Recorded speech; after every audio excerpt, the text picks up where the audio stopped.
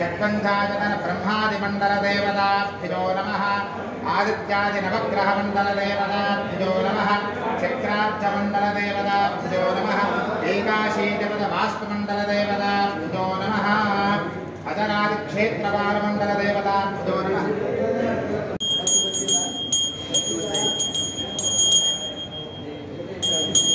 ओम हिरण्यपात्रं मधो पूर्णं ददाते मधविजोसानेते एकधा ब्रह्मण उपहरते एकधैव यजमान आजुस्तेजो दधाते सम्राजं च विराजं चाभिश्रेरिजाचनो गृहे लक्ष्मीराष्ट्रस्य जा मुखे दजा मासकं सृजामसे मानो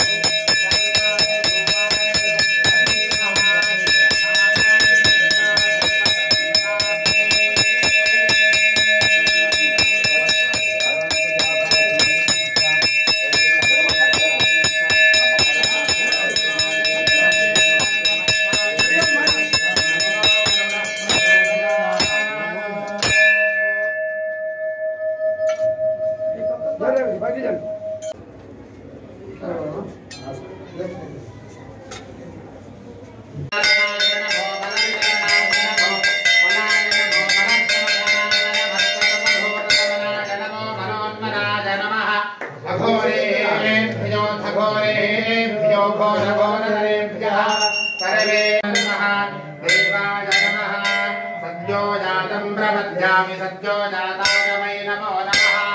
भवे भवेनादि भवे भवत्तमान् भवोद्भवाय नमः। अज्ञानतिमिरान्धस्य ज्ञानाञ्जनशलाकया चक्षुरुन्मीलितं तस्मै श्रीगुरवे नमः। सिद्धनाय महेशाय पदमूलनिवासिने अज्ञानतिमिरान्धस्य ज्ञानाञ्जनशलाकया चक्षुरुन्मीलितं तस्मै श्रीगुरवे नमः। सिद्धनाय महेशाय पदमूलनिवासिने भुजगशयनं पद्मनाभं सुरेशं विश्वाधारं गगनसदृशं मेघवर्णं शुभांगं लक्ष्मीकान्तं कमलनयनं योगिरुद्यानगम्यं वन्दे विष्णुं भवभयहरं सर्वलोकैकनाथं शंकरं शंकराचार्यं केशवं बादरायणं सूत्रभाष्यकृतं वन्दे भगवन्तः पुनः पुनः। वागर्तविव संवृत्तो वागर्तो प्रतिपत्तये जगतपितरौ वन्दे पार्वती परमेश्वरं।